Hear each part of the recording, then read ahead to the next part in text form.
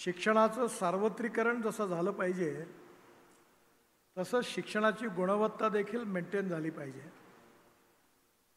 आणि गुणवत्ता मेंटेन करून मग शिक्षणाचं सार्वत्रिकरण करून संवेदनशीलता, सामाजिक संवेदनशीलता आणि सामाजिक जबाबदारीच्या जाणीवेतून या सगळ्या सेवा समाजातल्या शेवटच्या माणसाला उपलब्ध झाल्या पाहिजे। यात सरकारचा सहभाग जेवढा महत्त्वाचा आहे तेवढा सामाजिक शिक्षण संस्थांचा तो देखील तेवढाच महत्त्वाचा आहे। आज आपल्या देशामध्ये हजारापेक्षा जास्त असे विद्यापीठ झालीत की त्यातली 49 विद्यापीठं अशी आहेत की ती जागतिक लेवलवर त्यांना रँकिंग आहे आणि ही अतिशय अभिमानाची गोष्ट आहे की या सगळ्या सेवांमध्ये सातत्याने विज्ञानाच्या आधारावर खूप संशोधन होत आहे। मी नेहमी एक गोष्ट लक्षात ठेवतो की innovations, entrepreneurship, science, technology, research, skill and successful practices, we name it as knowledge, and conversion of knowledge into wealth is the future.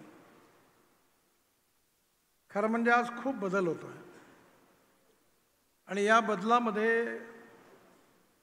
ही भविष्यातली vision, futuristic vision for development आणि फ्युचरिस्टिक विजनचं इम्प्लिमेंटेशन हे खूप महत्त्वाचं आहे।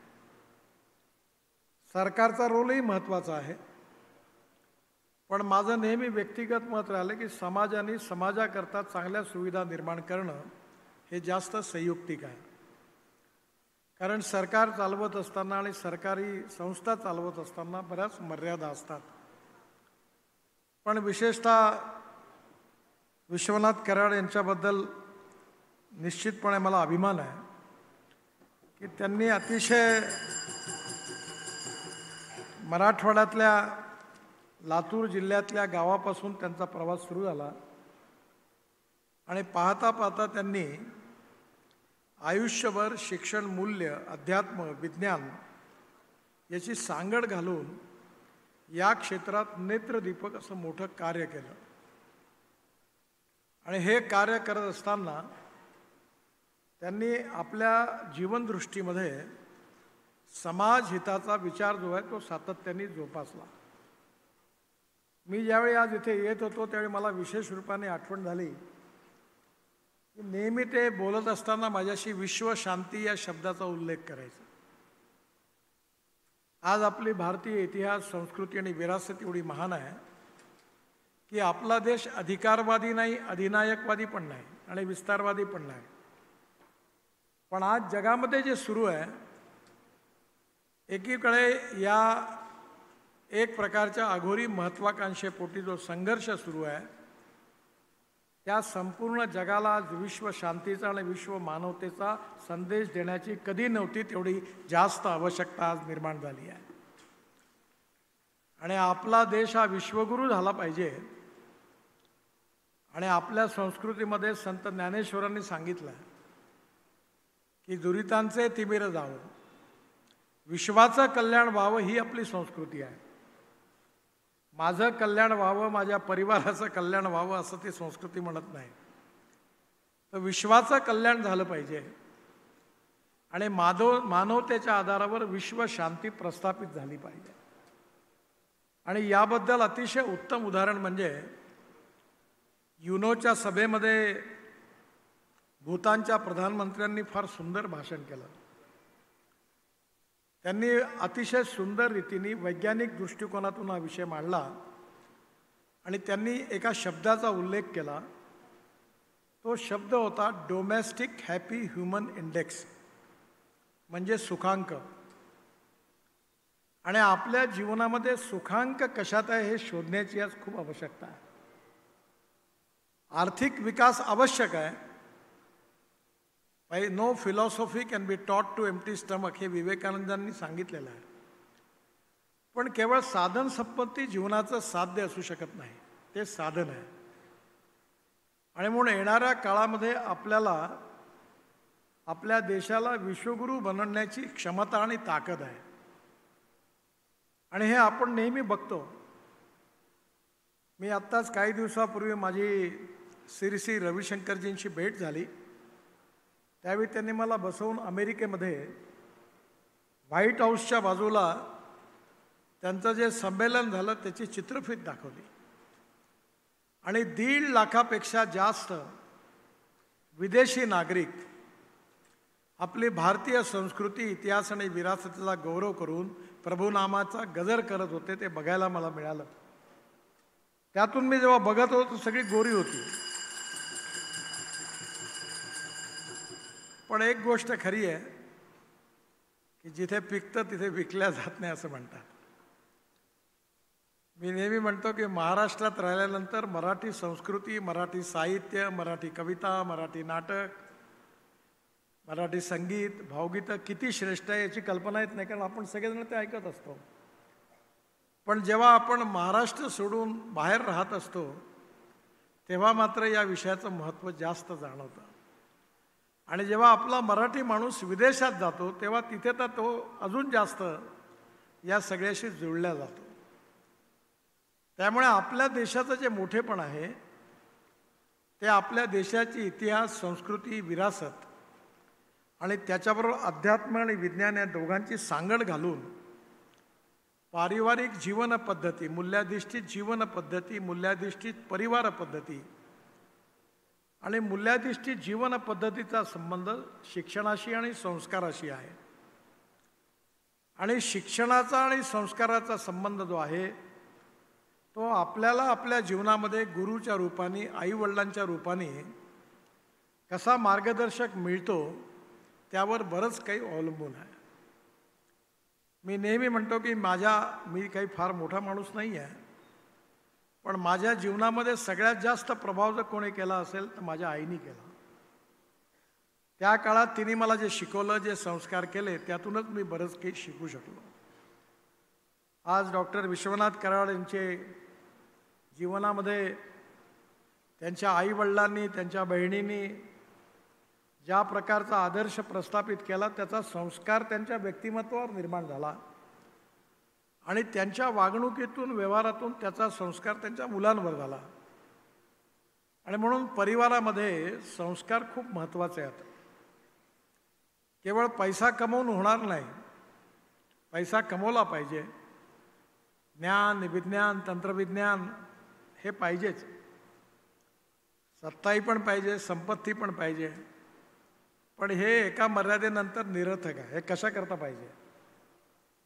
कारण याचं जे उद्दिष्ट आहे, याचं जे there is a difference between letter and spirit, यातला जो भावार्थ आहे तो जर आपण समजून घेतला तर मग त्याचा उपयोग आहे. आपल्यामध्ये कोणीही पूर्णांक नाही आहे, आपण सगळे अपूर्णांक आहोत. आणि त्यामुळे जीवनामध्ये सातत्याने आपण शिकत असतो, बघत असतो, चांगल्या गोष्टी बघत असतो, त्यातून त्याचा परिणाम आपल्या व्यक्तिमत्वावर नैसर्गिक रूपाने होत असतो. संवेदनशीलता हा विषय कुठल्या बाजारात किलोनी विकत मिळत नाही. आज विशेषतः कराडसाहेब, आपण आणि आपल्या परिवाराने शैक्षणिक क्षेत्रात, आध्यात्मिक क्षेत्रात आणि आता स्वास्थ्य सेवा चांगली देण्याकरता कार्य केलं, हे खूप मोठं आहे. मी काही फार मोठा हे नाही, पण माझ्या जीवनात एक प्रसंग घडला. माझा 2004 साली मी महाराष्ट्रामध्ये विरोधी पक्षाचा नेता असताना माझा लाल दिव्याच्या गाडीमध्ये पोलीस प्रोटेक्शनमध्ये मोठा ॲक्सिडेंट झाला. माझा पाय 4 ठिकाणी तुटला. मी ज्या गाडीत बसलो ती गाडी ट्रक खाली गेली.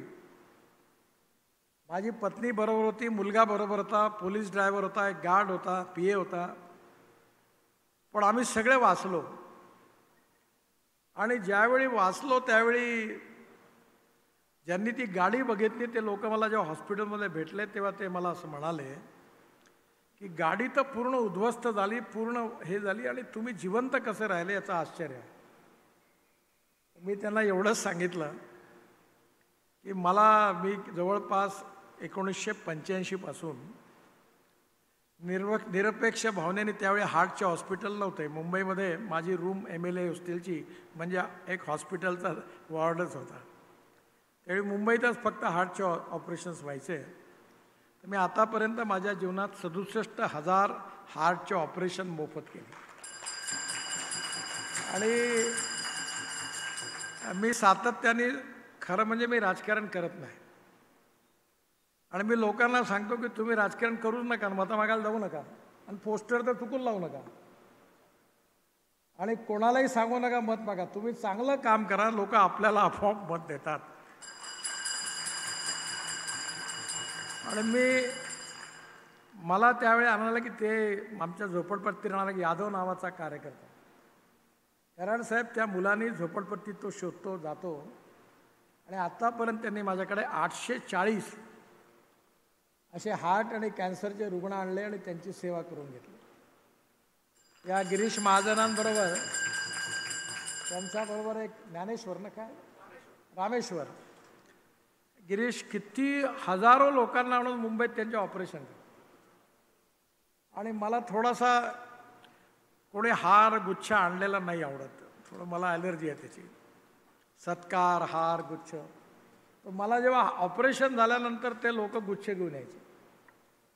मुलांना मिळाले त्याजवळ हार्टचं हॉस्पिटल आपलं ऑपरेशन करायला पैसे नाही, कशाला गुच्छ आणलं तू, मग ते तर फूल घेऊन येतात.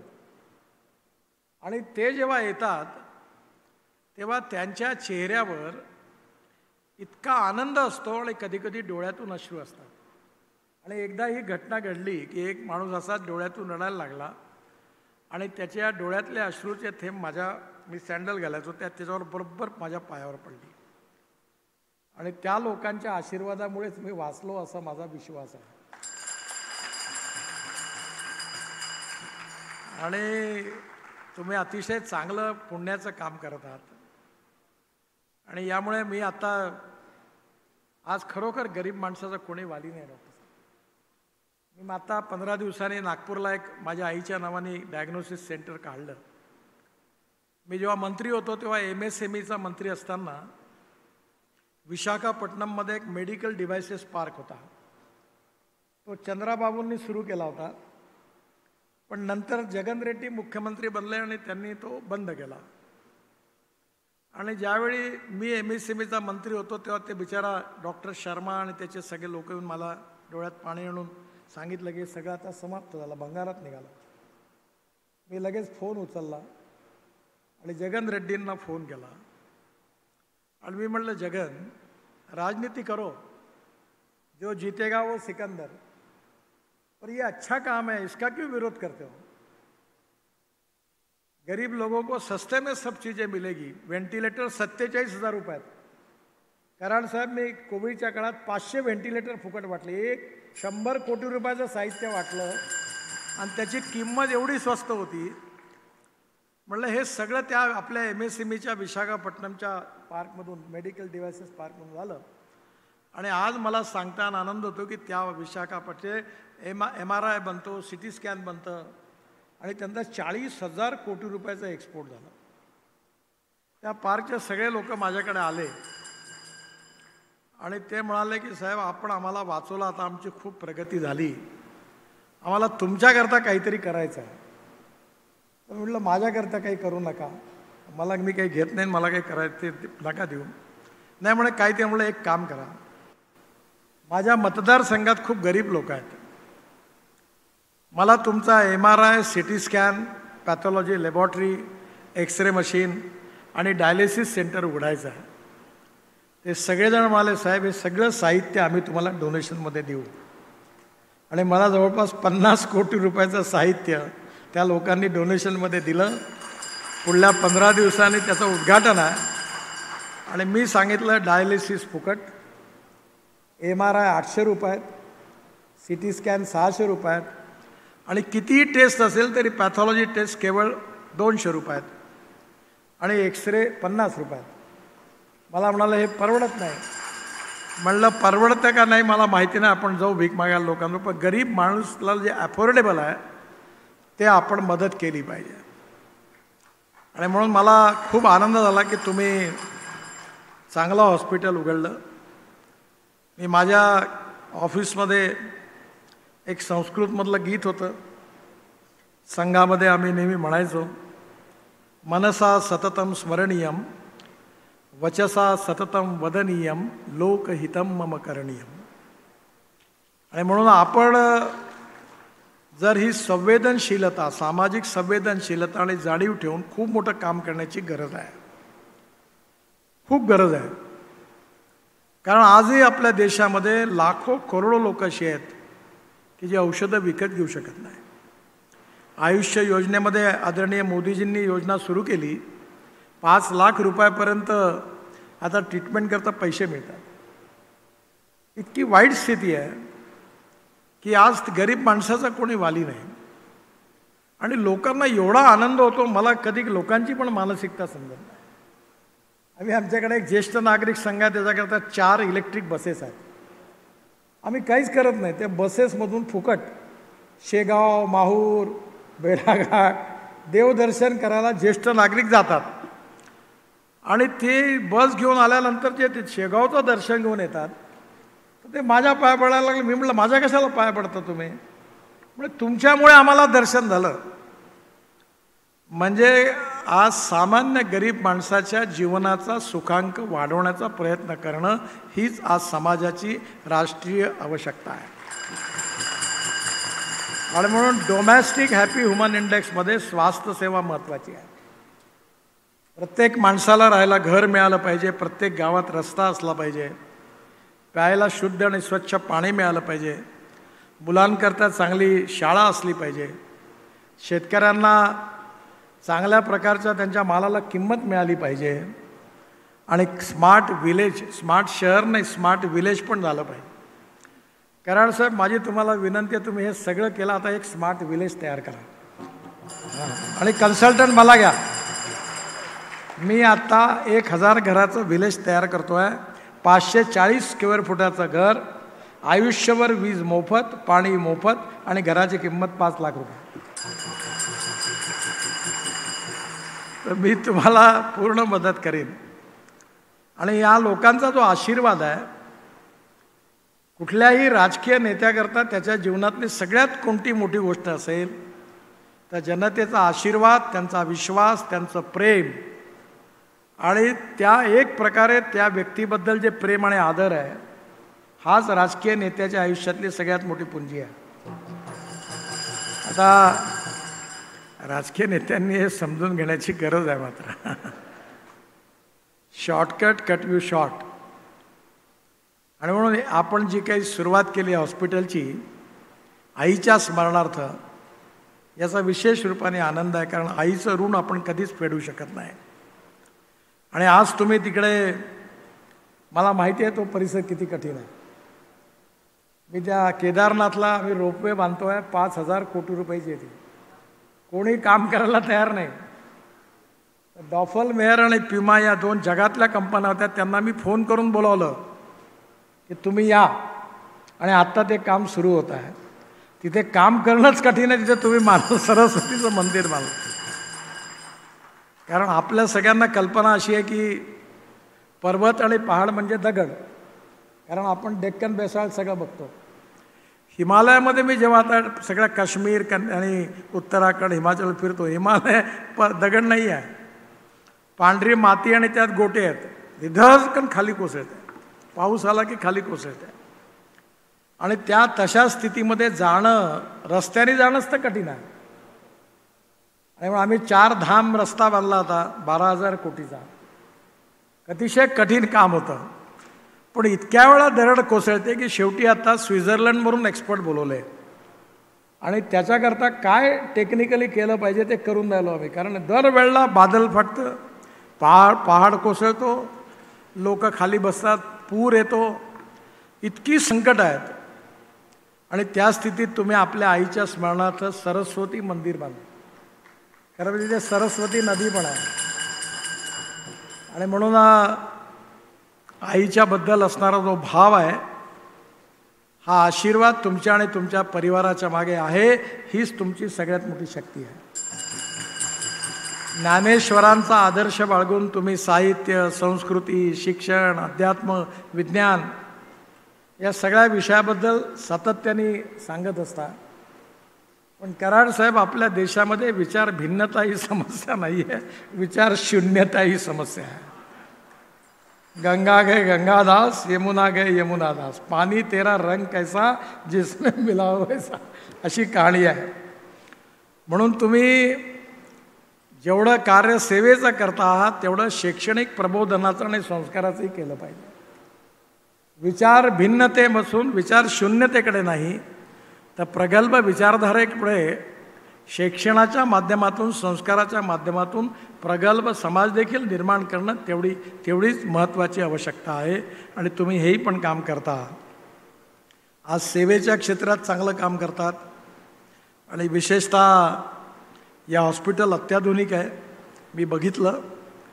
निश्चितपणे आपल्या आईचा आशीर्वाद, आपल्या मागे या ज्ञानेश्वर माऊलींचा आशीर्वाद आहे. या हॉस्पिटलमधून गोरगरीब जनतेची उत्तम सेवा होईल आणि त्यांचा आशीर्वाद तुमच्या पूर्ण परिवाराला आणि संस्थेला खूप मोठी शक्ती आणि ताकद सतत देत राहील असा विश्वास व्यक्त करतो. आणि पुन्हा एकदा या भव्य उपक्रमाबद्दल आपल्या सगळ्यांचं मनापासून अभिनंदन करतो आणि माझं भाषण संपवतो. धन्यवाद.